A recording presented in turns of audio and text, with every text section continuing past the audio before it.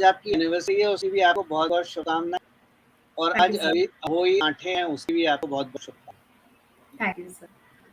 तो सर मैं कहूँगी शुरुआत शुरू करते हैं।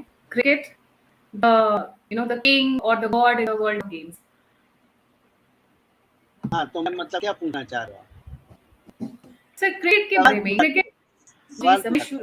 जी सर क्रिकेट इसको बोले किंग बन गया है गेम्स का। किसी भी और गेम की आज की डेट में कोई वैल्यू नहीं है, चाहे कबड्डी हो, फुटबॉल हो, वॉलीबॉल हो, बास्केटबॉल हो, टेबल टेनिस हो, किसी गेम की वैल्यू नहीं रहेगी।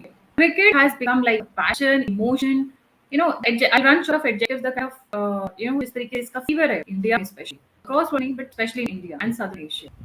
तो ऐसा क्यों हुआ और कब से हुआ? देखो, पहली चीज़ तो आपके स्टेटमेंट ही गलत है। क्रिकेट आगे बढ़ा है या कहें पहला एकदम मतलब पैशनेट गेम बन गया है, ये केवल भारत की बात है, भारत के बाहर नहीं। और रहा सवाल भारत का, तो क्षमा करें, पहली चीज़ तो मैं ये बोलूँगा, आज का ये वीडियो वो लोग ना देखें जो इमोशनल हैं या जो इमोशन जिनके ज़्यादा राइड करते हैं तथ्यों को सुनने के अलावा। ये आज का सेशन उनके लिए नहीं है, क्योंकि कुछ कड़वी बातें भी मैं भूल जाऊँगा शायद। वैसे मैं ध्यान रखूँगा ना बोलूँ, लेकिन हो सकता है कुछ कड़वी बातें भी मुँह से निकल जाएँ, तो क्षमा करें उसको। भारत में क्रिकेट इसलिए चला क्योंकि मैं क्रिकेट गली क्रिकेट की या दोस्तों में क्रिकेट हो रहा है या स्कूल में हो रहा है, कॉलेज में हो रहा है, उसकी बात नहीं कर रहा हूँ। रणजी ट्रॉफी मैचेस उनकी बात नहीं कर रहा हूँ। मैं क्रिकेट की बात कर रहा हूँ, T20 हो गया, 50 ओवर हो गया, टेस्ट मैच। दोस्तों में तो हम सी शब्द इस्तेमाल करते हैं, लेकिन यहाँ मर्यादा का पालन करते हुए मैं ये कहूँगा, भारत मूर्खों का देश। आप कितना भी समझा लीजिए लोगों को, कितने भी तथ्य दे लीजिए, लेकिन लोगों की समझ में नहीं आएगा। हम भगवान बना के जीते हैं, लेकिन सच्चाई ये है कि क्रिकेट में कोई भी भगवान नहीं है। क्रिकेट में आज तक 4 भगवान बना के हमने चले हैं और चारों भगवान अपने-अपने समय के बहुत बड़े फिक्सर रहे हैं। बैटिंग की शुरुआत भारत में क्रिकेट में शुरू हुई थी 1983 के वर्ल्ड कप। जो भारत ने जीता था, कपिल देव कैप्टन थे, सुनील गावस्कर भी उसमें खेल रहे थे, रवि शास्त्री जिनका आज बियर की वजह से पेट बाहर निकला हुआ और हर वक्त सोते हुए दिखते हैं, उनको ऑडी कार मिली थी। भारत में ऑडी कार का नाम ही सुना। तो लेकिन तब से लेके 2005 तक लगभग बैटिंग भारत में रही, लेकिन वो एक गैम्बलिंग रही। गैम्बलिंग मैं इसलिए कह रहा हूँ कि कोई भी जीत सकता है, कोई भी हार सकता है, लेकिन ये था भाई मैंने पैसे लगाए कि एक्स बंदा जीतेगा, उसने लगाया वाई जीतेगा, तो किसी का नुकसान हो गया, किसी का फायदा। लेकिन 2005 के बाद से ये इंस्टीट्यूशनलाइज हो गया बैटिंग, और आज हालत ये है कि हर मैच का रिजल्ट, हर बॉल, हर रन, हर कैच, हर विकेट बिका हुआ है। ओवर की चौथी बॉल पे 6 पड़ेगा, ये पिछले ओवर में डिसाइड हो जाता है, और ये रियल टाइम बैटिंग चलती है, रियल टाइम इंफॉर्मेशन होती है।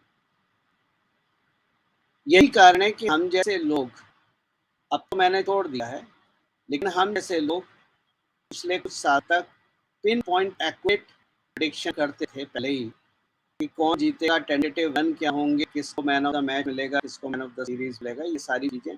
और जो मुझे पुराने पढ़ने वाले ट्विटर के लोग हैं, जब मैं ट्विटर पे था, तो वो जानते हैं, क्योंकि हमने एक बार मुझे याद नहीं है किसी आईपीएल का या जो दूसरा होता है चैंपियंस लीग, किसी एक मैच को उठा के मैंने सैंपल रन करा था और मैंने बताया था अब चौथी बॉल पे विकेट जाएगा या 5वीं बॉल पे छक्का पड़ेगा या इस पे रन आउट होगा, और वो एग्जैक्टली वैसे ही चला। एक राजनीति के बहुत बड़े दिग्गज नेता हैं, एक बार सुबह मेरे को शाम को उनके साथ डिनर पे जाना था, तो सुबह उनका फ़ोन आया और उन्होंने कहा, गौरव आज हम डिनर पे नहीं जाएँगे, क्योंकि आज आईपीएल का फाइनल है। मेरे ख्याल से वो फाइनल बैंगलोर और वो जो एक नई टीम भी शायद हैदराबाद, उसके बीच में था।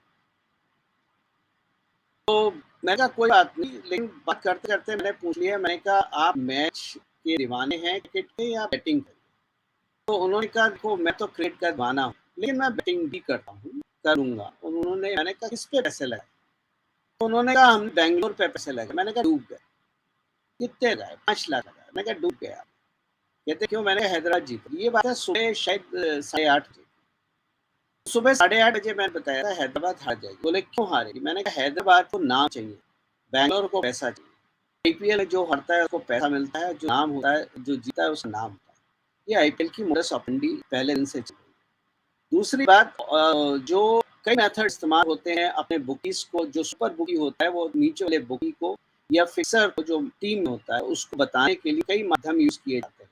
जैसे कि एक जो सबसे स्ट्रॉन्ग माध्यम यूज होता है वो है कि एस्ट्रोलॉजी जो अखबार में आता है, और कुछ चिन्हित अखबार होते हैं जिनमें वो एस्ट्रोलॉजी का प्रेडिक्शन आता है। आज सूरज चमकेगा तो पीली टीम कौन है, मतलब आज पीली टीम को जाना है। तो बैटिंग ऐसे लेना जो नुकसान ना हो। तो जहां तक आपका ये शो करने का, ये एपिसोड करने का जो मुख्य कारण है वो भारत और पाकिस्तान के बीच के मैच का है। भारत और पाकिस्तान के बीच के मैच हमें रिजल्ट, मुझे रिजल्ट उस दिन पता चल गया था जिस दिन पीसीबी के चेयरमैन ने, जो पाकिस्तान पीसीबी के चेयरमैन ने प्रेस कॉन्फ्रेंस करके ये बोली थी कि बीसीसीआई सबसे पावरफुल है, आईसीसी को डिक्टेट करती है, आईसीसी से हमें पैसा मिलता है जिससे हम चलते हैं, और आज हम जारी की नौबत। तो पाकिस्तान मैच का मुख्य कारण ये था कि किसी बोर्ड को हमें बेल आउट करना था बैंक रफ्ती से। उसके पास तनख्वाह देने के भी पैसे नहीं थे, आज उसके पास तनख्वाह देने के पैसे। अब आप कहेंगे बैटिंग का सेल क्या होता है। पाकिस्तान और न्यूजीलैंड की बैटिंग अगर मान लीजिए 100 करोड़ की है तो भारत और पाकिस्तान की बैटिंग 1000 गुना ज्यादा होती है। आप इससे अंदाज लगाइए। दूसरी बात मैंने लिखा था, बड़ा बड़ा कमाल की बात है, नीरव मोदी लंदन जाते हैं, माल्या लंदन जाते हैं, राहुल गांधी लंदन जाते हैं, रॉबर्ट वडेरा दुबई जाते हैं। ये लंदन और दुबई में कनेक्शन क्या है? ये सारे लंदन जाके क्यों बैठते हैं? क्योंकि लंदन दुनिया में एक ऐसा जगह है जहां पर बैटिंग लीगल है, और वहां पर एक कंपनी है जिसका नाम है bet365। गूगल पर सर्च कर लीजिए bet365.com। पिछली बार bet365.com का जो रेवेन्यू था वो 65 बिलियन पाउंड था, डॉलर नहीं, पाउंड। 65 billion pounds. जी हाँ। आप इससे अंदाज लगा सकती हैं कि जो बैटिंग की इंडस्ट्री है ये कितनी बड़ी। तो 2006 में जो शुरुआत हुई थी, आपको लगता है कि मुशर्रफ स्टेडियम के बीच में किसी के बालों की तारीफ करने पहुंचे थे कि बाल बहुत लंबे हैं, जबकि उस बंदे ने पाकिस्तान की धरती पे पाकिस्तान को चने चबा दिए थे। तो आपको लगता है मुशर्रफ बहुत बड़े स्पोर्ट्समैन? जी नहीं, वो इन्विटेशन था, आइए हमारे नेटवर्क में। और उसके बाद उससे बड़ा फिक्सर भारतीय क्रिकेट में कोई नहीं। हमारी एक मित्र हुआ करती थी और वो ट्विटर पे लिखती थी, जब 2006 की बात है, शायद नहीं 2016 की बात, 2016 में वो लिखा करती थी, die hard fan of Modi, Dhoni and Gaurav Pradhan. बहुत से लोग लिखते थे, मेरा नाम बहुत सारे लोग लिखते थे, लेकिन 3 स्पेसिफिक नाम थे। तो जब मैंने प्लेयर के बारे में लिखा तो उन्होंने मेरा नाम हटा दिया, वो नाराज हो गए। उसके बाद जब उन्होंने मोदी के खिलाफ लिखा, उन्होंने फिर मोदी का नाम हटा दिया। जब मोदी जी उनको उनके कहा अनुसार स्टिमुलस पैकेज वगैरह नहीं देते थे, या जैसे वो डिक्टेट करती थी अपने ट्विटर में कि मोदी जी को क्या करना चाहिए फाइनेंशियल ग्राउंड पे, अब तो खैर तीनों नाम के हैं।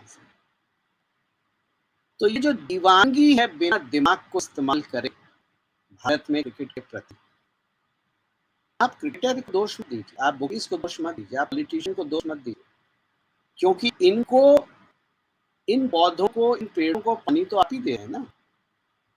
इसीलिए मैंने क्या कहा, जब मैंने कहा बॉलीवुड को, क्रिकेट को और मीडिया को देखना बंद कर, सरकार तब तक कोई काम नहीं करेगी जब तक पब्लिक परसेप्शन चेंज नहीं हो। और ये तीनों आपस में बुरी तरह से एक दूसरे के से लिंक्ड है। ये तीनों एक ही डबल बेड पे सोते हैं एक साथ, ठीक है। तो पॉलिटिक्स, मीडिया, क्रिकेट, बॉलीवुड सब एक साथ चलता है। एंड ड्रग्स, देखो ड्रग तो इनके बीच में मूवमेंट करेंसी है ना, ड्रग तो करेंसी है। मैंने आपको पिछले शो में भी बताया था, ड्रग का जो फेविको फैक्टर है वो ये है कि वो एक करेंसी है, वो पे आउट है। आज आपके छोटे भाई को बच्चे को जमानत मिली, मुबारक हो आपको। हम तो पहले दिन से जानते थे जमानत मिली है और क्यों हो रहा है ये भी हमें पता था। जी। तो सही गैम्बलिंग का बिज़नेस कंट्रोल कौन कर रहा है? क्योंकि जैसा आपने बताया कि जैसे वो वीडियो आया बीसीबी का, 90% आईसीसी की फंडिंग वो बीसीसीआई कर रहा है। सो और देखिए ma'am, BCCI is different than ICB.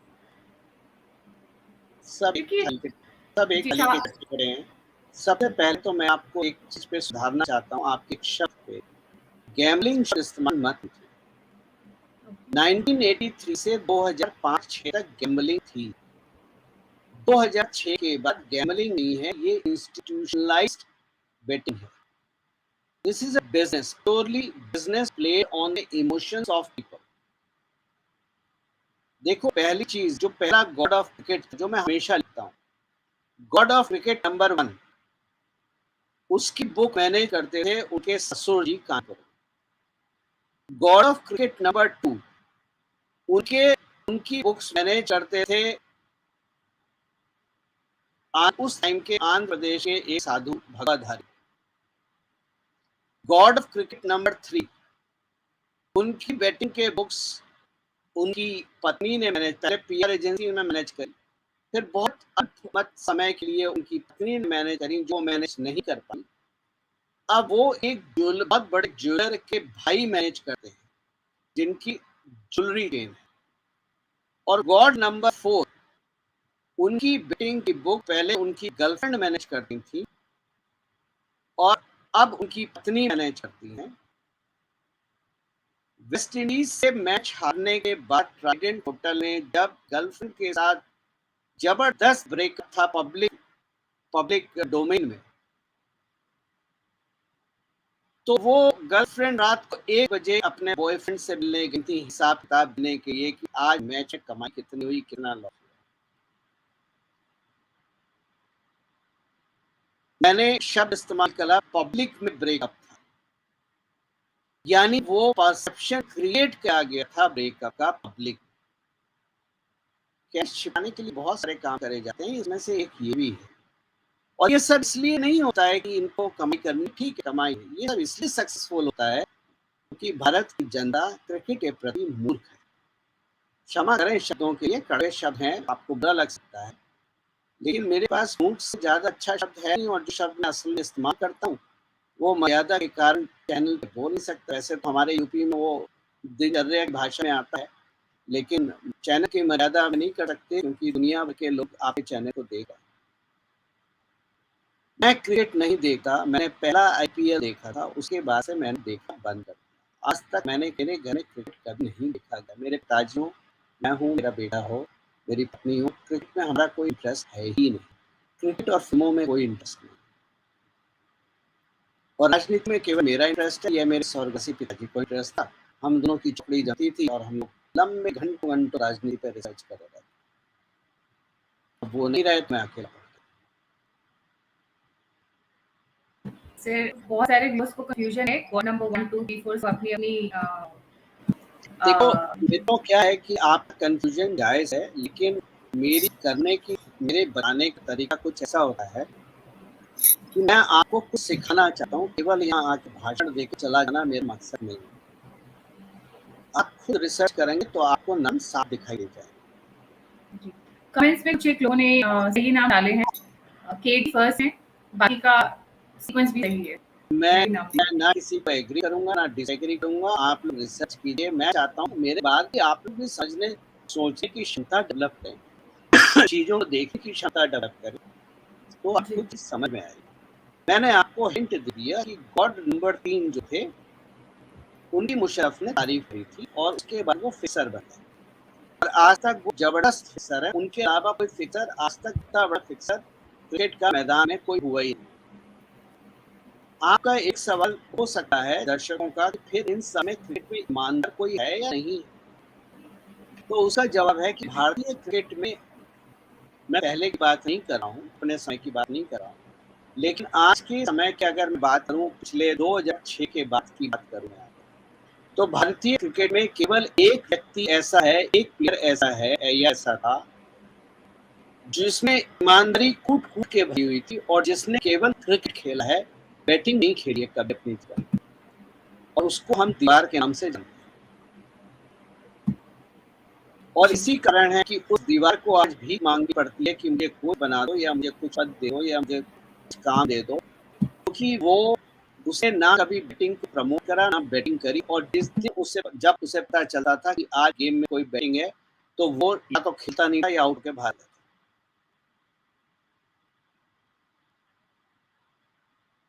अब ये दीवार तो सब समझ गए होंगे ना, या इसको भी समझाने की विस्तार में जरूरत है? सर लोग अपने हिसाब से, बट दीवार एक ही बड़े के लिए इस्तेमाल की जाती थी, वो आई थिंक सबको समझ आ गया होगा। And he was the one जिनके जब मैच हारने लगते थे तो एक आशा से उन्हीं से होती थी, बस आई रिमेंबर उस टाइम पे I used to watch cricket at that time, और लगता था कि हाँ, ये संभाल लेंगे, ये गेम संभाल लेंगे। He was a batter not a bowler. कुछ लोगों ने बॉलिंग वाले लोगों का नाम डाला है, ही was a batsman. So sir ये इंसिडेंट हुआ है अभी पीसीबी ने जो वक्तव्य जारी किया, ये स्क्रिप्ट था या अचानक से प्रेम जागा? मैडम साहब स्क्रिप्टेड है, सारा स्क्रिप्टेड है। देखो, मैंने आपको क्या बताया, मैंने आपको कहा कि बॉलीवुड, क्रिकेट, मीडिया और राजनीति ये आपस में जुड़ी हुई है। पहले राजनीति का रोल होता था पैसे कमाना, या कहें राजनीतिज्ञों का रोल होता था पैसे कमाना। आज जो राजनीतिज्ञ क्रिकेट में घुसे हुए हैं उनका रोल वही है जो महाभारत, जो रामायण में विभीषण का है, अंदर से मारना। तो सफाई चल रही है, लेकिन अगर किसी को ये लगता है कि ये सफाई एक दिन में हो जाएगी, 2 दिन में हो जाएगी, 1 साल में हो जाएगी, तो मेरे ख्याल से आप बहुत बड़ी भूल कर। 2016 में मैंने पिछले एपिसोड में बताया था, मैंने लिखा था बॉलीवुड नेक्स्ट। सबसे बड़ा राजनीति और क्रिकेट को बर्बाद करने में अगर किसी का हाथ है तो बॉलीवुड का, और इसीलिए बॉलीवुड को सबसे पहले लिया गया। आपको मुबारकबाद हो, आज आपके छोटे भाई को जमानत मिल गई, लेकिन वो जमानत भी बहुत पूर्ण रूप से क्रिकेट से रिलेटेड है, और इसका आपको जो देखने को मिलेगा आने वाले समय में, वो मणिपुर, यूपी और गोवा के चुनाव में मिलेगा और राष्ट्रपति के चुनाव में अगले साल मिलेगा। क्योंकि अगले साल अगर सब कुछ आज ठीक चला और जैसे प्लान हो रहा है, जैसे कदम बढ़ाए जा रहे हैं वो बात, तो अगले साल यूनाइटेड अपोजिशन का प्रेसिडेंट कैंडिडेट श्री शरद पवार जी होंगे। नीचे टर्म एंड कंडीशन में पहले लिखूं, इससे पहले कि आप मुझे मजाक बनाएं, मैंने कहा आज की तारीख में अगर आज के हिसाब से जो चालें चली जा रही हैं अगर वो सही बैठती हैं, तब शरद पवार जी यूनाइटेड अपोजिशन के प्रेसिडेंट कैंडिडेट होंगे। सर मैं खुद क्रिकेट नहीं देखती हूँ तो इसलिए मेरी नॉलेज कम है। मुझे एक व्यूअर्स का क्वेश्चन रिपीटेडली आया है कि श्रीनाथ इंसिडेंट जो हुआ था वो स्क्रिप्टेड था, वो भी स्क्रिप्टेड था। So what is जिसने not scripted then? Because it's very जिसने simple if batting, everything is scripted. Madam एक चीज याद, जो भी चेन में स्पॉइलिंग गेम खेलेगा वो टीम में नहीं आएगा। श्रीनाथ बड़ा पैशनेट था, उसको रिकॉर्ड बनाने का शौक था, उसको जीतने का शौक था, क्रिकेट जीतने का नहीं। आपको एक इंसिडेंट बताता हूँ, लोगों को याद नहीं होगा, पुराने लोगों को शायद हो ये, लेकिन हमारी यंग पीढ़ी को याद नहीं होगा क्योंकि 1983 में तो वो पैदा भी नहीं हुआ। 1983 में एक ग्रीन रूम का इंसिडेंट था जिसमें भारतीय कप्तान ने गॉड ऑफ क्रिकेट नंबर 1 को बोला था, अगर आज तुमने फील्ड में टुक टुक करी और अपने लिए खेले तो जो लौट के ग्रीन रूम में आओगे तुम्हारा सिर मैं फोड़ूंगा। इसलिए खेल के आना ढंग से, और ना खेल में तो आउट होकर आ जाए ताकि और लोग खेलें, क्योंकि वर्ल्ड कप जीतना हमारे लिए जरूरी है। हम आज का वर्ल्ड कप हार नहीं सकते। भारतीय क्रिकेट में बैटिंग की शुरुआत उस मैच से हुई। जितने भी 4 गॉड मैंने आपको बताए, इन गॉड को कभी भी जीतने हारने से कोई फर्क नहीं पड़ता। उनको फर्क पड़ता है कितना पैसा आ रहा है, कितना जा रहा है। पाकिस्तान और भारत के बीच में जो मैच हुआ, भारतीय मूर्खों ने इमोशन में पैसे लगाए भारत। हमारे एक मित्र हैं, बड़े मतलब मैं पिछले 2 साल से तो नहीं मिला, लेकिन चैट-वैट हुई रहती है। तो मैंने उनसे पूछा, भाई किस पे पैसे लगा रहे हो? ये मैंने मैच से 2 दिन पहले पूछा। दादा पाकिस्तान। मैं कहा अरे यार सारा भारत पे पैसे लगाएगा, तुम पाकिस्तान पे पैसे क्यों लगाओगे? कहता आपके ही शिष्य हैं, पता है पाकिस्तान जीते। मैंने कहा अच्छा चलो ठीक लगा दिए। फिर जब मैच-वैच हो गया तो फिर एक बात 3-4 दिन में चाय हो जाती है, कल की बात है। कल मैंने उनसे पूछा, हाँ तुमने पैसे लगाए थे, क्या हुआ? कह रहा था 1,75,000। तो देखिए सबने भारत पे पैसे लगाए, बुकी के पास 100 रुपए पहुंचा, अब उसे 100 रुपए में मात्र 20 रुपए वापस आ गए, 80 रुपए का प्रॉफिट। इन 80 रुपए में हिस्सा जाएगा प्लेयर को, हिस्सा जाएगा, बड़ा हिस्सा जाएगा फिक्सर को, जो कि गॉड ऑफ नंबर 4 है। उसके बाद हिस्सा जाएगा सुपर की को, और आईसीसीआई बीसीसीआई होते होते पीसीबी में हिस्सा पहुंचे। मैंने आपको एक वेबसाइट बताई है बेट 365, आप देखिए तो लीगल बेट 65 बिलियन पाउंड की वेबसाइट जो रेवेन्यू कमाते हैं वो तो लीगल है, वो डिक्लेयर करते हैं। आपको अंदाज है अगर ये लीगल है तो इलीगल पैसा कितना होगा? कि कम से कम 150 बिलियन पाउंड से ऊपर हो। तो क्रिकेट पूरी इंडस्ट्री ये पैसे कमाए। ये सारे नेता भगौड़े जितने भारत से भाग के जाते हैं, ये लंदन क्यों जाते हैं? ऑस्ट्रेलिया चले जाओ, अमेरिका चले जाओ, वेस्ट इंडीज चले जाओ, कहीं और चले जाओ, ये लंदन क्यों जा रहे हो? तो लंदन इसलिए जाते हैं क्योंकि लंदन में बेटिंग लीगल है।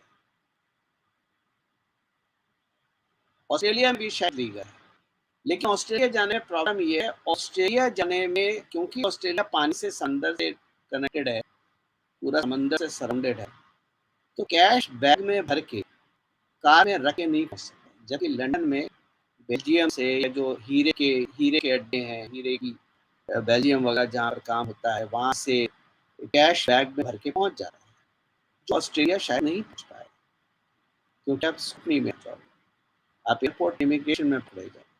लंदन में वो आराम से बाईपास हो सकता है। तो आप राजनीति समझो, आपको एक राजनीति समझाता हूँ। मैंने अभी बात करी यूपी, मणिपुर और गोवा। चुनाव कौन लड़ रहा है वहां? इन तीनों जगह एक ऐसी पार्टी चुनाव लड़ रही है जिसकी जड़ें तो छोड़िए, बीज भी नहीं पड़े थे कभी। यूपी, मणिपुर, गोवा। पार्टी का नाम समझ गए? वो भी बताना पड़ेगा आपको, ठीक है? दिल्ली पार्टी।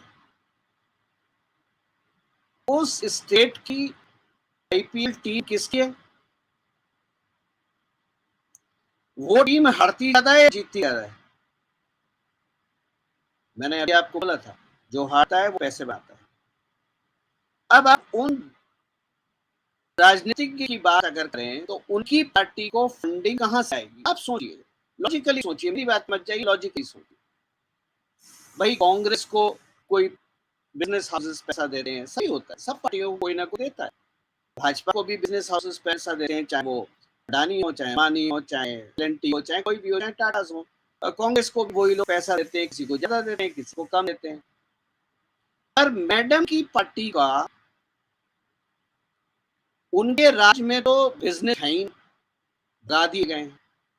तो उनको बिजनेसमैन भी पैसा तभी देगा जब उसे 4 पैसे का रिटर्न हो। गिव एंड टेक होता है राजनीति, ठीक है? मतलब इसमें बुरा मानने की बात नहीं है, सही बात है। आप 4 पैसे देते तो आप 40 उससे कमाएंगे तभी आप देंगे, कोई आपने चैरिटी खोली नहीं है। मैं अगर 4 पैसे किसी को दूंगा, 40 पैसे वापस चाहूंगा। लेकिन उस राज्य में कोई भी बिजनेस पत्ता ही नहीं है, या है ही नहीं। एक टाटा का था, उसको भी भगा दिया वहां से। तो इन राज्यों में चुनाव लड़ने के लिए पैसा तो चाहिए। उत्तर प्रदेश जैसी जगह में, गोवा जैसी जगह में पैसा पानी की तरह चाहिए। मणिपुर नॉर्थ ईस्ट में आप लोगों को अंदाज नहीं होगा, लेकिन नॉर्थ ईस्ट में तो पैसा पानी की नहीं, टंकी की धार की तरह बहाया जा रहा है खोल के। ऐसा कहां से है? तो पैसा कमाने का एक ही तरीका है, आईपीएल की टीम। आईपीएल की टीम कौन चला रहा है, ओनर कौन है उसका, आप सबको पता है। ओनर का बेटा अंदर हो गया, 250-300 करोड़ खर्च हो गया बाहर निकलवाने में, तो टंकी किसकी बंद होगी? तो जब उनकी टंकी में से पानी आना बंद हो जाएगा तो डायरेक्ट चुनाव पे असर पड़ेगा या नहीं पड़ेगा? तो जो मिनिस्ट्री ऑफ कोऑपरेशन एक मंत्रालय बनाया गया है ना, जिसको लोगों को लगता है डेयरी मंत्रालय होगा, डेयरी को कोऑर्डिनेट करने के लिए कोऑपरेटिव्स को और बैंक कोऑपरेटिव बैंक्स को, ये उन्हीं लोगों के लिए सही है जो हेडलाइन पढ़ के उन्हें लगता है जिनके लिए राजनीति ए से बी का रास्ता है। हमारे लिए राजनीति शतरंज का खेल है, यहाँ सीधा कोई नहीं चलता। Politics is not black and white, politics is 50 shades of grey between black and white. तो जो मुंबई में काम चल रहा है उस काम के भी बहुत आयाम है, राजनीति भी उसका आयाम है, राष्ट्रपति चुनाव भी उसका टारगेट है, यूपी मणिपुर गोवा भी उसका टारगेट है, बॉलीवुड में ड्रग की सप्लाई भी उसका टारगेट है। मैंने आपको पिछले शो में क्या बताया, जो सबसे क्रिटिकल पॉइंट है ड्रग इन्वेस्टिगेशन में वो ये नहीं है कि ड्रग को कंज्यूम कर रहा है, ये ड्रग का नेटवर्क है। जो मुख्य कार्य है वो ये है कि ड्रग कैश में कहां पर कन्वर्ट हुई, कितनी कन्वर्ट हुई और वो कैश का डिस्ट्रीब्यूशन कहां गया। तो अगर आपको लगता है कि आईपीएल एक माध्यम है पैसे का, फंडिंग का, तो आपकी सोच अभी कम है।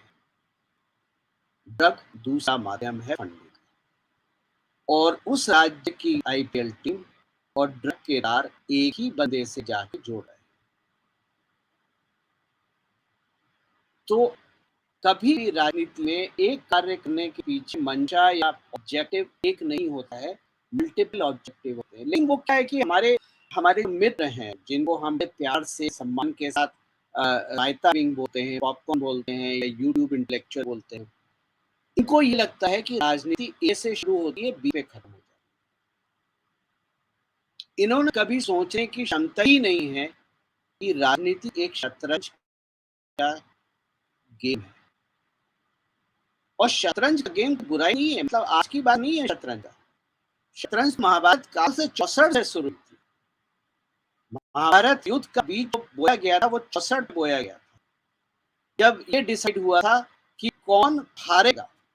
ये जब लोग कहते हैं कि जो बड़े लोग थे वो चुप रहे राजनीति 64 के गेम में, ये उनके अंतिम दिन की क्या कहना चाहिए, डेस्टिनी लिखी गई थी। तो राजनीति बहुत शांत गेम है। अगर हाँ लोग कहते हैं ये सफाई कैसे होगी, ये सफाई केवल तब होगी पूर्ण रूप से जब आपकी पूरी हिस्सेदारी इसमें आए। मैंने हमेशा एक बात कही है कि सरकार हर काम नहीं कर सकती, मीडिया, क्रिकेट, बॉलीवुड को सुधारने का काम सरकार नहीं कर सकती, क्योंकि ये पब्लिक परसेप्शन से चल रहे हैं। अगर आप चाहते हैं कि ये सुधरे तो इसके लिए सबसे जरूरी है कि आप इनको देखना बंद करें। मैं हमेशा के लिए नहीं कह रहा हूं, आप 1 साल 2 साल के लिए छोड़ दीजिए। सरकार अपना काम कर रही है, अपनी चालें चल रही है, जैसे कि नोएडा फिल्म सिटी जो बन रही है, जो महाराज बना रहे हैं। आपको क्या लगता है महाराज जी इमोशनल हो गए और नोएडा में बना दिया? जी नहीं। मैं अभी एक पोस्ट लिखी थी, MOC is not against Khan और खान्स, जो तीनों खान है। एमओसी इज अगेंस्ट खानदान, और खानदान का अर्थ केवल वो राजनीतिक खानदान की बात नहीं हो रही है। खान का खानदान, नाडिया वाले का खानदान, जौहर का खानदान, कपूर का खानदान, जो खानदान है, जो चौकड़ी मार के बैठ गए हैं, इनके बच्चों को कभी इन्होंने कभी इनको स्ट्रगल करना पड़ा बॉलीवुड में? तो जो स्ट्रगल करते हैं उसको रिवॉर्ड कैसे दिया जाए?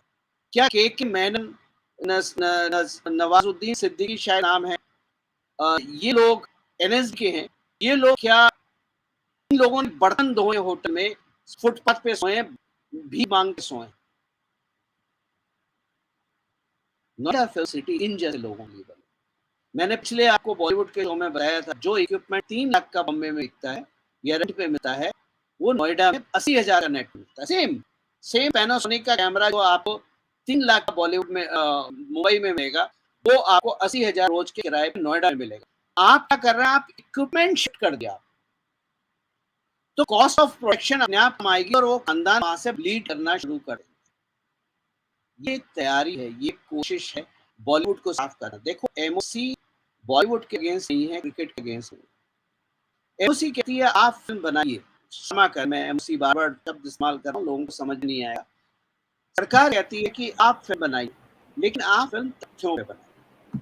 आप फिल्म हिंदुओं को गलत दिखाने पे मत बनाइए, आप हिंदुओं का मजाक बनाने पे फिल्म नहीं बनाइए। लोग बहुत से कहते हैं ये जो हमारे दोनों हैं भाई गुज्जू भाई, इन लोगों ने हिंदुओं के लिए क्या करा, छाती ठुकते हैं, छाती पीते रहते हैं।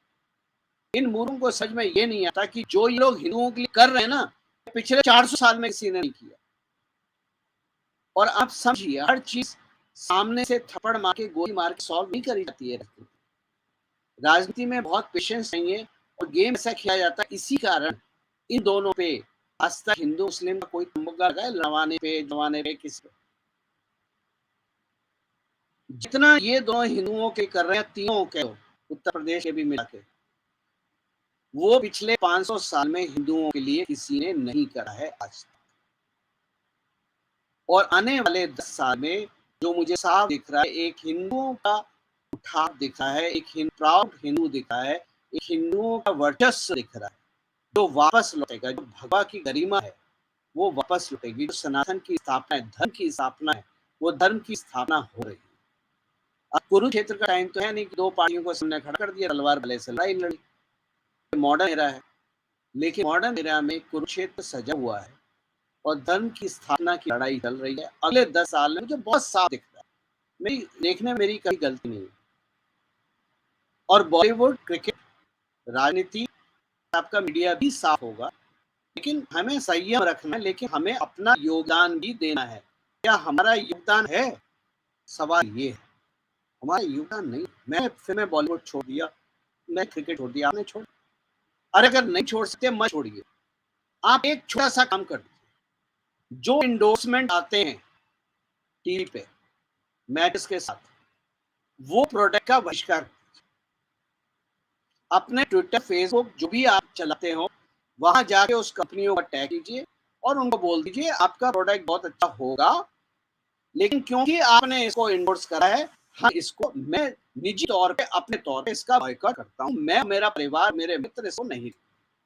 फर्क देखिए, आपको फर्क दिखना शुरू हो जाए। मैं हमेशा एक चीज सिखाता हूँ लोगों को, तलवार भाले बंदूक से कोई लड़ाई नहीं जीती जा सकती आज के टाइम, न मिसाइलों से जीती जा सकती।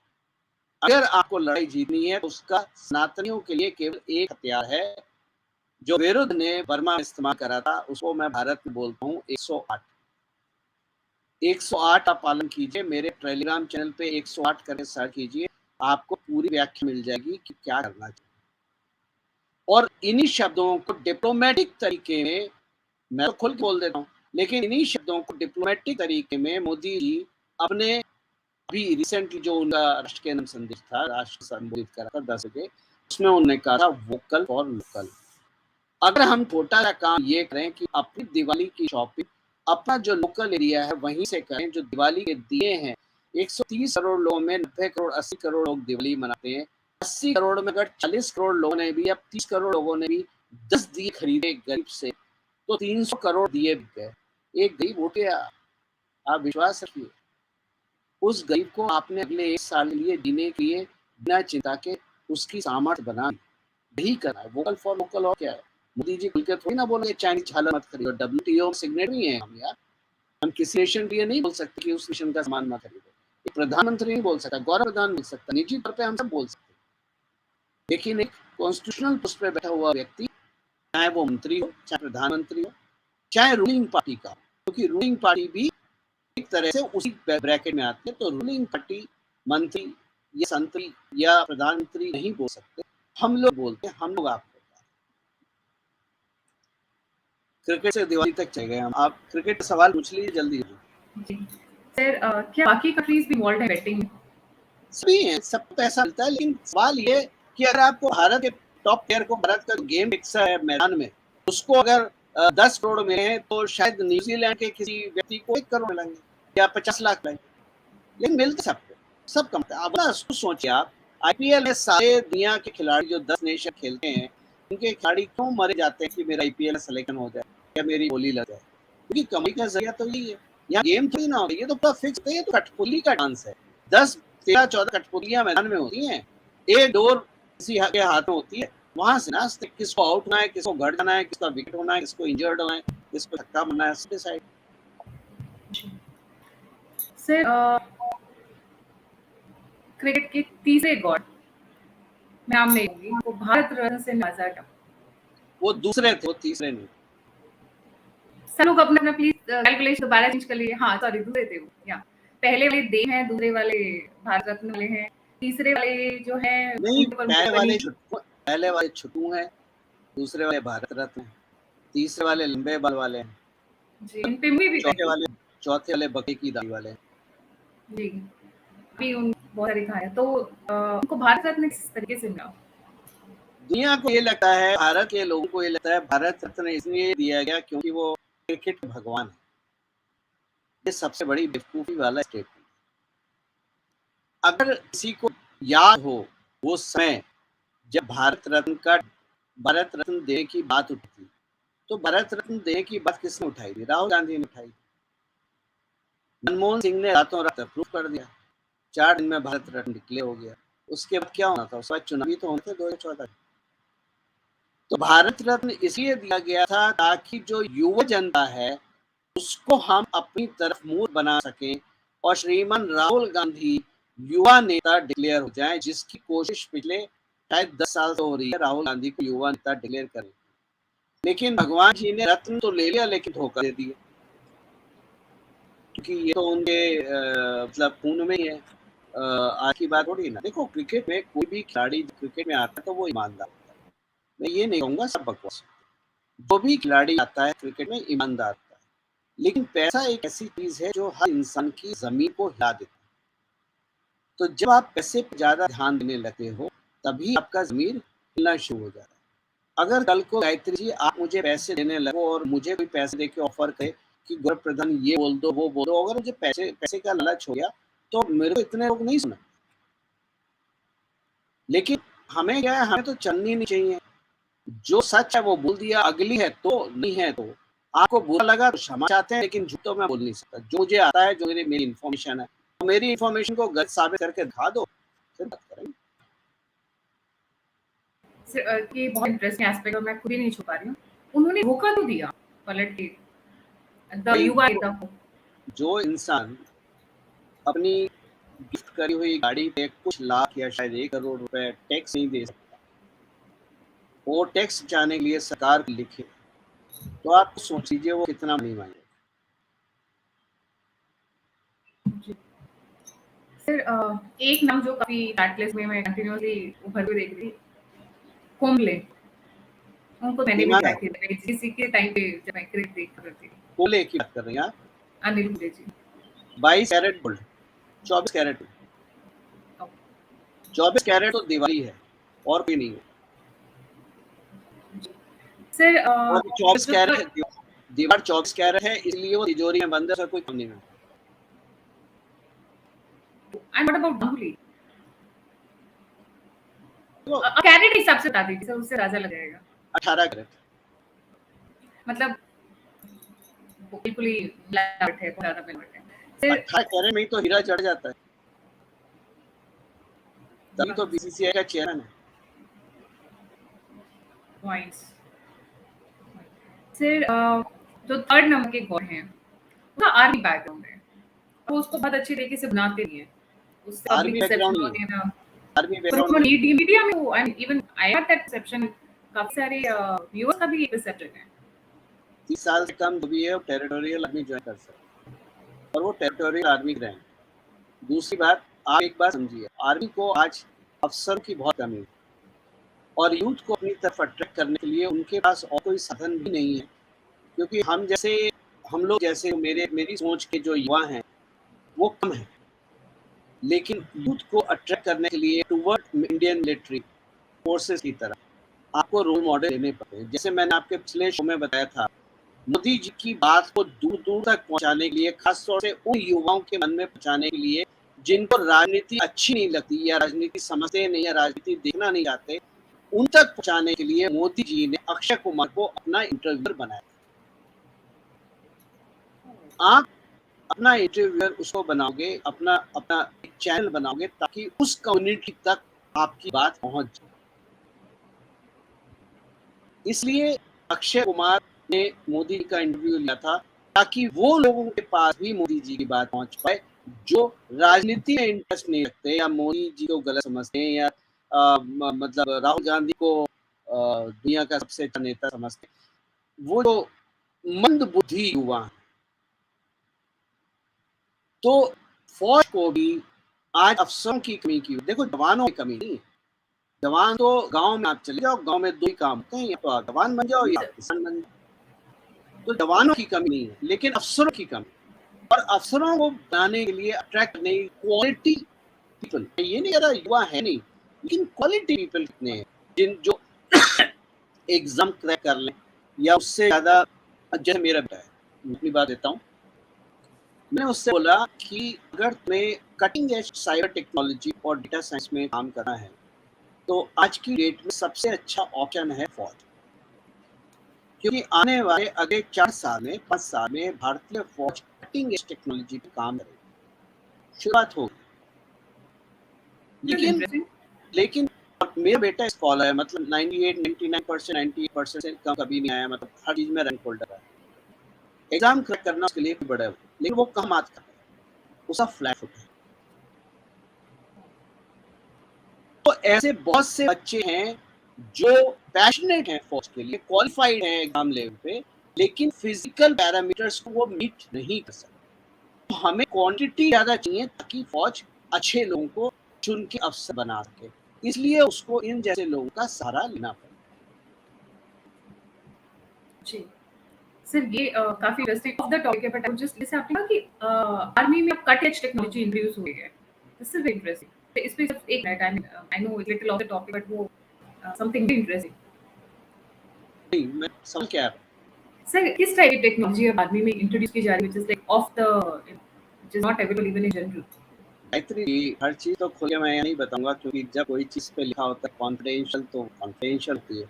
मैं भी आपको एक टेक्नोलॉजी के बारे में बोला था चैट पे, आपने कहा था क्या है, तो मैं आपको एक ही शब्द लिखा था, कॉन्फिडेंशियल। मैं आपको भी नहीं बताऊंगा, मैं प्राइवेटली किसी को नहीं बताऊंगा, लेकिन कुछ चीजें हैं जिसमें मैं स्वयं इन्वॉल्व हूँ, तो अभी इन चीजों का बताने का वक्त नहीं आया, लेकिन जब आएगा तो आएगा।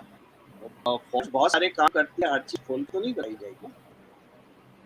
सर, एक बार ना वो हम गोल्ड कैरेट वाली रैंकिंग कर देते, क्योंकि कई व्यूअर्स कंफ्यूज हुए हैं, राहुल द्रविड़, यादीवार, सहवाग, गांगुली और विराट कोहली में तो हम कोई जानते के बारे में क्या? सहवाग 22 कैरेट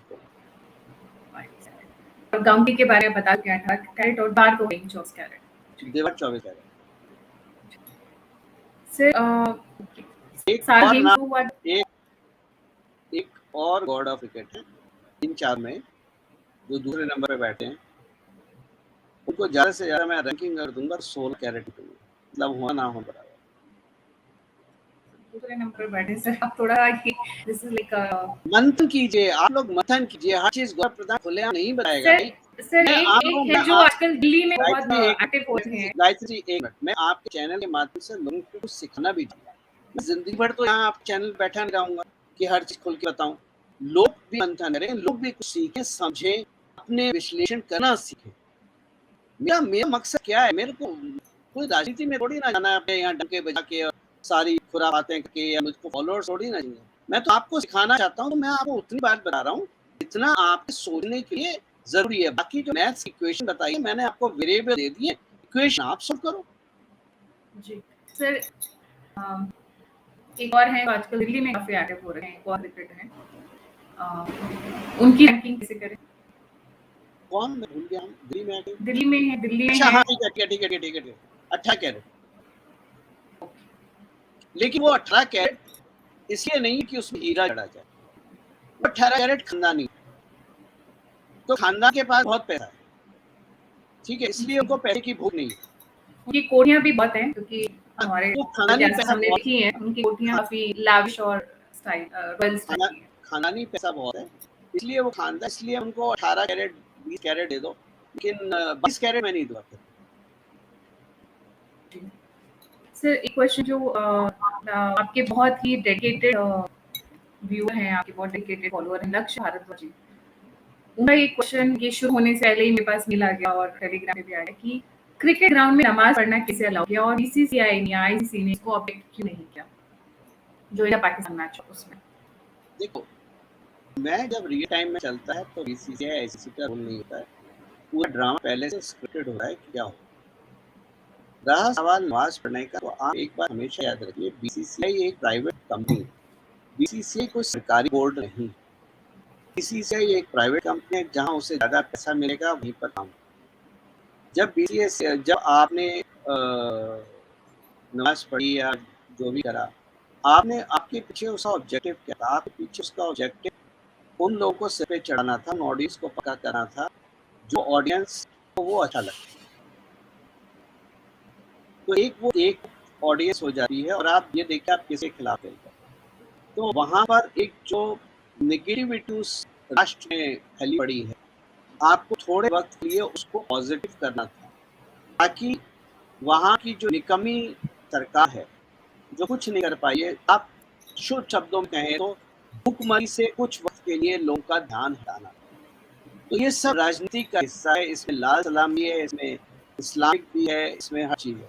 तभी तो मैं बोलता हूँ ना कि आपके पास 108 का माध्यम है। जब आपने ये देखा आपको अच्छा नहीं लगा, जो प्रोडक्ट ने इंडोर्स करा, जिस प्रोडक्ट का एड आया, जिस प्रोडक्ट की जर्सी आई, उस प्रोडक्ट को टैग कीजिए अपने फेसबुक पे, जो भी आपका फेसबुक ट्विटर जो भी माध्यम है, और उनको बोलिए धन्यवाद, आपने बहुत अच्छा काम करा, हम हमारा परिवार, हमारे रिश्तेदार, हमारे दोस्त इसका बॉयकॉट करते हैं और ये हमारा निजी फैसला है।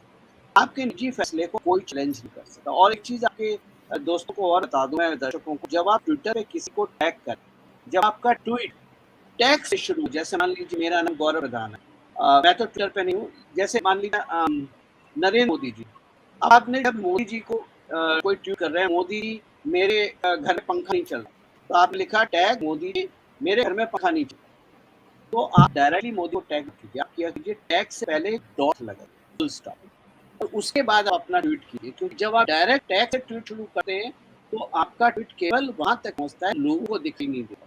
जब आप डॉट से शुरू करते हैं, डॉट के बाद पहले टैग लगाते हैं, जैसे $@नरेंद्र मोदी, और उसके बाद लिखते हैं, तो वो सबको दिखता है, वो उसकी व्यूअरशिप बढ़ जाती है। ये एक बहुत गुरु मंत्र है जो मैं बहुत से लोग गलती करते हैं, इसलिए मैं आपको बताऊं, हमेशा जब टैग से शुरू करें अपना ट्वीट तो उसे आगे डॉट जरूर लगाया कीजिए। इसलिए पुराने लोगों को याद होगा, मैं हमेशा टैग के पहले डॉट लगाता हूं। जी सर, हमारे एक व्यूअर का क्वेश्चन और this been in mind also, who benefited from loss of India Pakistan and who gained? Super bookie, politicians, मेरे मित्र जिन्होंने 5,000 रुपए लगाए थे, 1,75,000 ले चले गए। जो इंटेलिजेंट है दे बेनिफिटेड, जो इमोशनल है दे लॉस्ट। जी, and BCCI being a private company, so what is the role of ICC? किसका? यहाँ पे 2-3 ऑर्गेनाइजेशंस हैं, इनमें मुझे भी थोड़ी कंफ्यूजन है because I'm not very ardent follower of cricket. One is BCCI, the other is ICC, और PC तो हमें पता है कि बगल वाले से हैं। ये सारे बोर्ड प्राइवेट है मैडम। क्रिकेट प्राइवेट गेम है, क्रिकेट कहीं पर भी, वरना क्रिकेट कभी ओलंपिक में क्यों नहीं गया? क्योंकि बोर्ड अलाउड नहीं है। ओलंपिक में प्राइवेट पैसे लेके खेलना अलाउड नहीं है, इसीलिए ओलंपिक में आप देखें तो ऑर्गेनाइजेशंस जो कंट्री की हैं वो जाती हैं, प्राइवेट बोर्ड नहीं जा रही, क्योंकि पूर्ण रूप से प्राइवेट है। जी सर, एक क्वेश्चन है स्क्रीन पर, अजहरुद्दीन का क्या रोल है? वार्ड नंबर 2 के मैक्सिमम मैच रवाएं।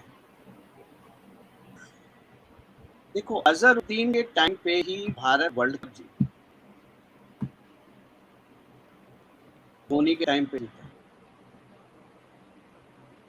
जो भी एक और शुरुआत जीता नहीं जीता। गॉड ऑफ क्रिकेट नंबर 2 को जीत हार से कभी कोई मतलब नहीं था, उसको तो हमने लिया, अपने रिकॉर्ड के लिए खेला।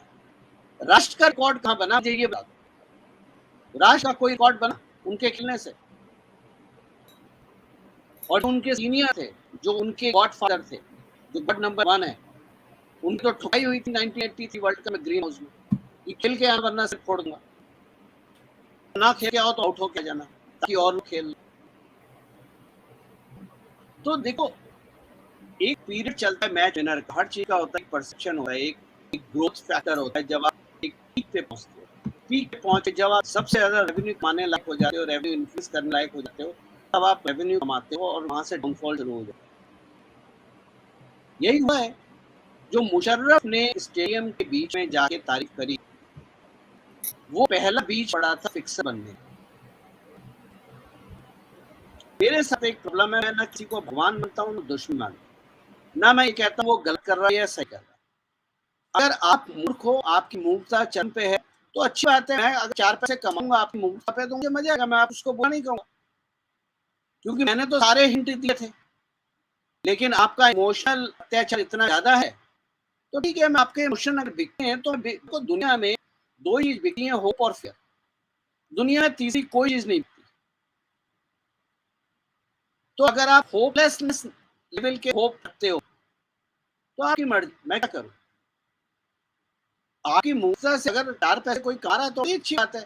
200 करोड़ 300 करोड़ के मालिक बन बैठे हैं, क्या बताइए, उसने मेहनत करी है इसलिए वो मालिक बना है, और उसने मेहनत इसलिए करी और उसने इसलिए कमाए क्योंकि आपने कमा के दिए। मेरे से तो चवन्नी नहीं कर सकते।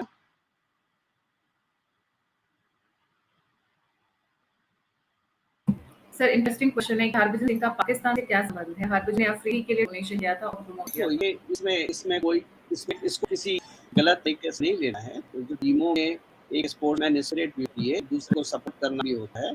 तो हरभजन सिंह ने अगर सपोर्ट करा उसमें मुझे नहीं लगता मैं उसको गलत मानूंगा।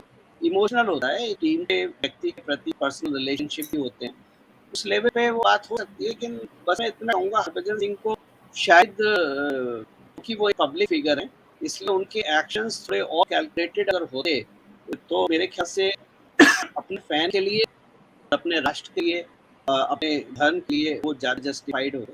तो जब आप पब्लिक फिगर होते हो तो आपको बहुत कुछ बैलेंस करके चलना पड़ता है, क्योंकि आपकी कही हुई बात पे बहुत लोगों का पॉजिटिव और नेगेटिव इफेक्ट पड़ सकता है। इसलिए मुझे कोई उसमें बुराई नहीं, मैं सॉफ्ट लेता हूँ, गलतियाँ होती रहती हैं। सर एक और इंटरेस्टिंग क्वेश्चन है कि क्रिकेट एंड ड्रग्स। हाँ, क्रिकेट बॉलीवुड से रिलेटेड है, वहीं पर हम आ गए ना जहाँ से हमने शुरू करा। ड्रग करेंसी है, करेंसी कहाँ जाएगी?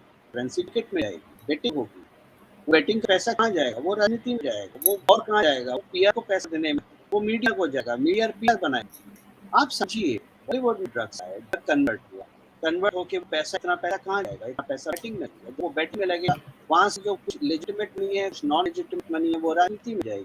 जब शाहरुख खान हारेगा केकेआर का मैच तो ज्यादा पैसा मिलेगा, वो ज्यादा पैसा मिलेगा, वो लीगल मनी मिलेगा। जब लीगल मनी मिलेगा तो फंडिंग होगी पॉलिटिकल पार्टी, तो जो फंडिंग होगी तो इलेक्शन का नतीजा होगा। जब इलेक्शन का होगा उसके बाद वो पार्टी अगर जीत जाती है, फिर आप चलाओ और जिहादी आ गई।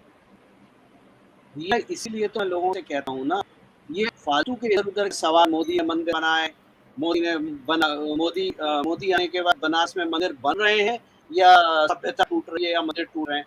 अरे 2 कौड़ी के मूर्खों से पूछो, 2014 से पहले तुम्हारी हिम्मत ही बनारस में बात करने की, मंदिर की, किसी भी और मंदिर की। आज तुम बनारस के मंदिरों पर बात कर रहे हो, तुम 2 कौड़ी के लोगों की हिम्मत ही 2024 से बात कर ले हिंदुओं की, ये सनातन की बात कर ले, मंदिरों की बात कर ले।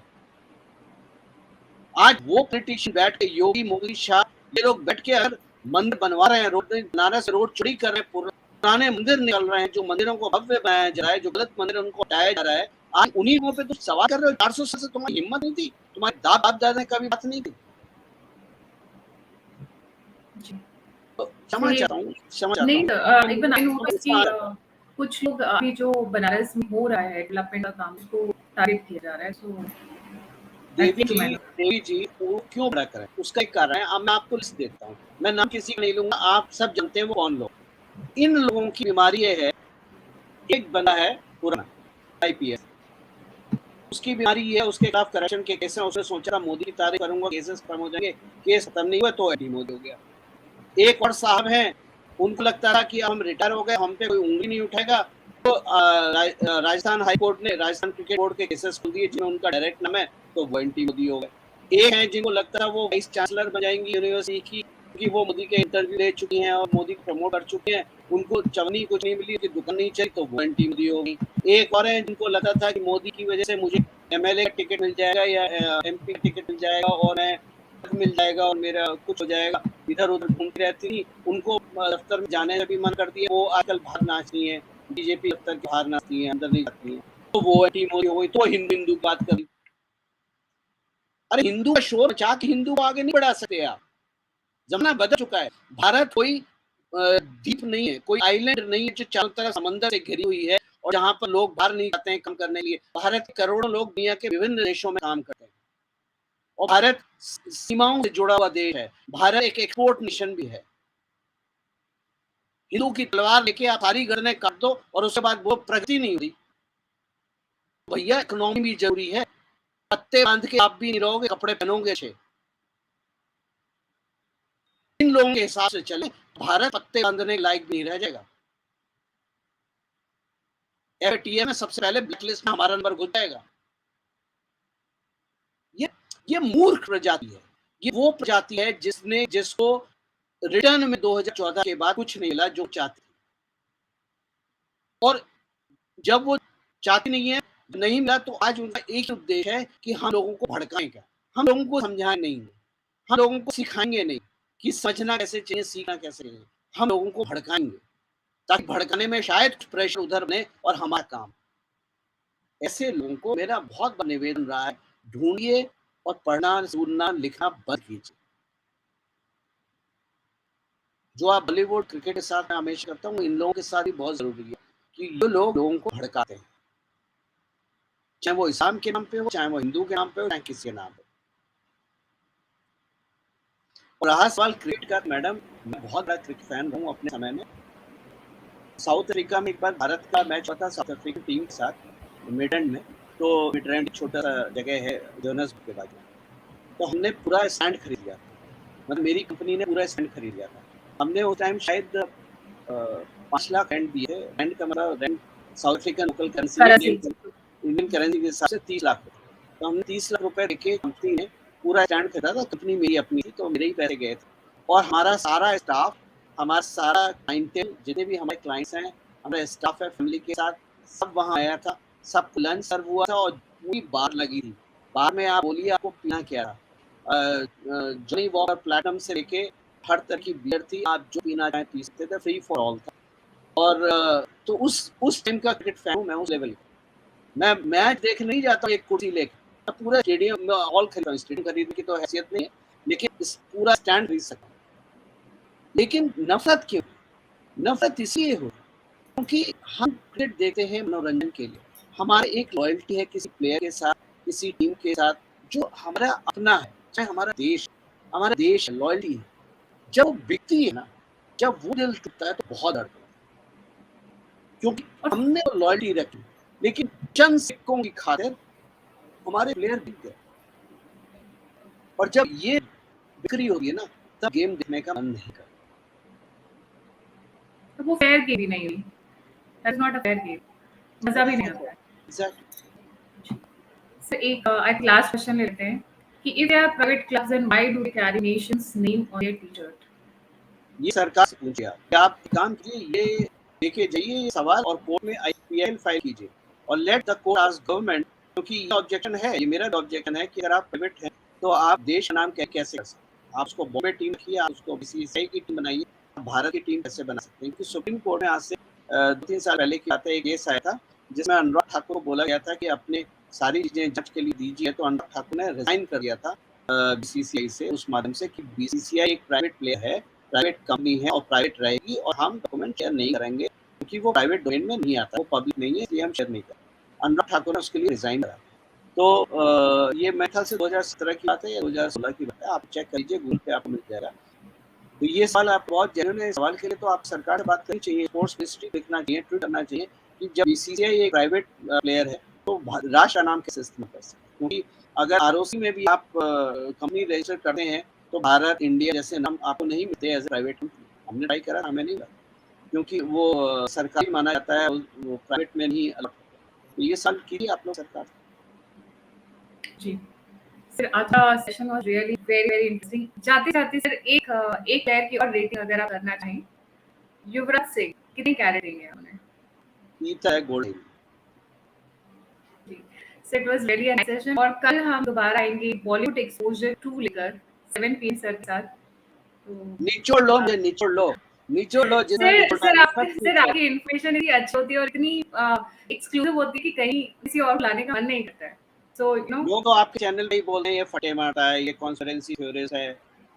सर मुझे उससे फर्क नहीं पड़ता है। वो क्या बोलते हैं what you say that seems to right. I am following you for years और मैंने ये देखा है। शाहरुख खान का तो आपने डेढ़ साल पहले ही बता दिया है कि शाहरुख खान का टाइम आ गया है और you know let people see. मैंने आपको 1 साल से ज़्यादा पहले बोला था कि गौरी खान फूफी है। मैंने आपको 1 साल से ज़्यादा पहले बोला था कि शाहरुख खान मुँह छिपाता रहेगा। मैंने आपको 7 अक्टूबर को बोल दिया था आर्यन को सिविल कोर्ट में जमानत मिल जाएगी। मिल गई, एनडीपीएस कोर्ट ने दी थी, सिविल कोर्ट ने दे, तो वो तो लेनी थी। तो बात गलत कहाँ हुई? बात गलत होती नहीं है ना। इसलिए नहीं होती है कि मैं कोई बहुत बड़ा अक्लमंद हूँ या मैं मोदी जी के बराबर है, मैं ही बैठा हुआ हूँ सारी चीजें पढ़ने। मैं सीक्वेंस लगाता हूँ, मैं पॉलिटिकल सीक्वेंस फ्रेम करता हूँ और फिर देखता हूँ लॉजिकल क्या है इसके आगे। और उसमें जब बॉलीवुड की बात करें तो उसमें ड्रग मूवमेंट है, उसमें आतंकवाद है, उसमें पाकिस्तान जियोपॉलिटिक्स है, उसमें लोकल पॉलिटिक्स है, उसमें फिल्में, क्रिकेट है, सब जोड़ता हूँ, फिर सीक्वेंस बनाता हूँ, फिर सीक्वेंस को देखता हूँ उसका रिजल्ट कहाँ है। तो ये एक बहुत मेंटल एक्सरसाइज है। ऐसा कुछ नहीं है कि किसी ने मेरे को फोन करके या चैट पे बोल दिया कि ये ऐसा लिख दो, ऐसा हो जाएगा और ऐसा हो जाएगा। ऐसा नहीं है, बहुत मेहनत लगती है। सर इसी के साथ कल बॉलीवुड एक्सपोजर पार्ट 2 करते हैं 7 PM। सो आज के लिए बहुत-बहुत धन्यवाद। It was very funny and interesting session. Honestly I enjoyed every bit of it. चलो, जय हिंद, जय जय हिंद, हिंद, जय राम श्री राम। जय श्री राम।